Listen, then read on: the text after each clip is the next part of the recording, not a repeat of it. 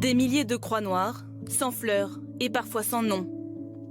Dans ce cimetière militaire de Meurthe-et-Moselle, plus de 11 000 soldats allemands morts pendant la Première Guerre mondiale sont enterrés. Donc vous avez 2 soldats d'un côté et 2 soldats allemands de l'autre côté. Donc vous avez sur chaque stèle le nom et le grade du soldat ainsi que sa date de mort.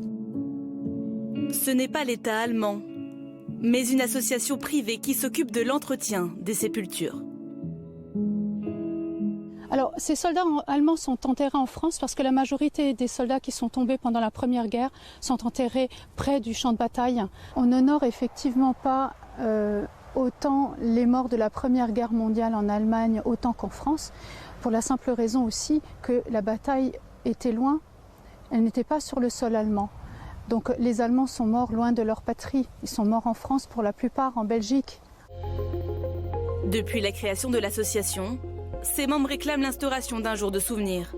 Une date a bien été créée, mais elle commémore les victimes de toutes les guerres.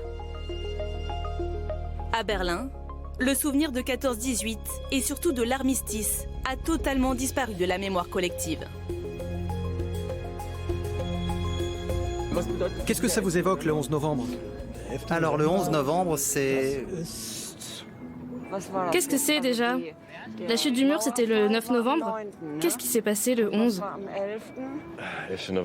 Le 11 novembre, je pense à ma mère qui vivait à New York quand les tours se sont effondrées. Ah mais je confonds avec le 11 septembre. Ah oui, le 11, c'est le début du carnaval. Eh bien, c'est la fin de la Première Guerre mondiale. Ah mais oui. Vous savez, à l'école, c'était qu'une petite histoire. On a appris comment ça s'est déclenché, c'est tout.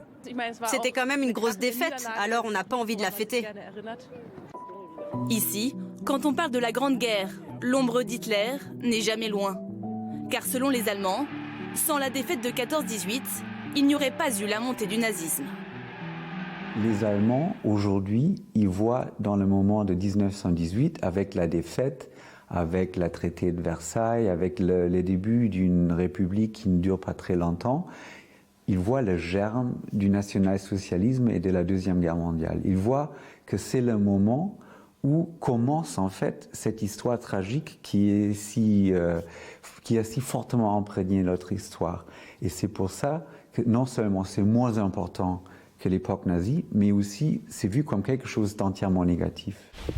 Un sentiment de culpabilité, voire de honte pour certains, qui rendait jusqu'ici difficile la commémoration de la fin de la guerre. Mais pour les historiens, les mentalités des Allemands sont en train de changer, grâce notamment aux jeunes générations. Tu es fou ou quoi? Alors qu'on peut s'entendre, et toi tu veux faire couler le sang. Dans cette troupe de théâtre, la réconciliation entre les nations se fait sur scène. Des comédiens français, allemands, italiens, qui jouent le rôle de jeunes comme eux, 100 ans auparavant. Au fur et à mesure, j'ai appris quelle était l'importance de la Première Guerre mondiale. Mais c'est vrai qu'au début, à l'audition, quand on m'a dit une pièce sur la guerre, j'ai tout de suite pensé à la Seconde Guerre mondiale. Et au final, pas du tout. Mais pour moi, ça n'a rien changé à ma volonté de jouer la pièce. Des initiatives encore exceptionnelles en Allemagne, et souvent à l'initiative de Français. J'y vois aussi un désir de la France et des Français d'être toujours dans une démarche de fraternisation en fait avec l'Allemagne et les Allemands.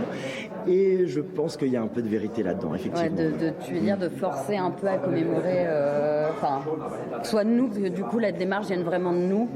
C'est pas l'idée en tout cas de parler de... Qui est une initiative qui soit peut-être plus du côté français. Oui.